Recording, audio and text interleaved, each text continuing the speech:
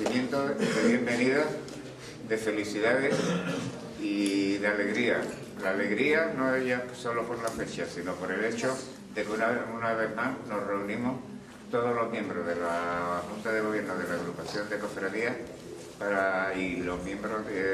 representantes de los medios de comunicación alrededor especialmente del Rey Mago, del Rey Gaspar, que como todos sabéis corresponde siempre todos los años por tradición a la Agrupación de Cofradías. Muchísimas gracias a todos, muchas felicidades nuevamente y tiene la palabra nuestro presidente. Daros las gracias a Jesús y a Sara, como siempre, el diseño y la ejecución del traje del Rey Gaspar, que os prometo que lo acabo de ver igual que vosotros, así que yo me ha sorprendido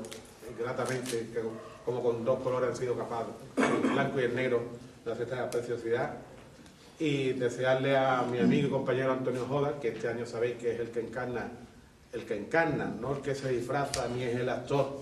del Rey Gaspar, el que va a encarnar al Rey Gaspar, que transmita a todos los niños de Málaga la felicidad que desde la Agrupación de Cofradías deseamos a todos los malagueños, pero especialmente en esta fecha a los niños.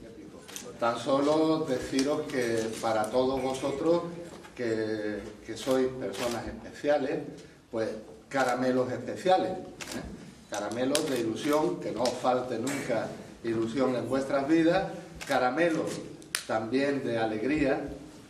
ser cofrade es motivo de alegría y esa alegría además ha de ser necesariamente contagiosa y por lo tanto pues también os daré caramelos de alegría.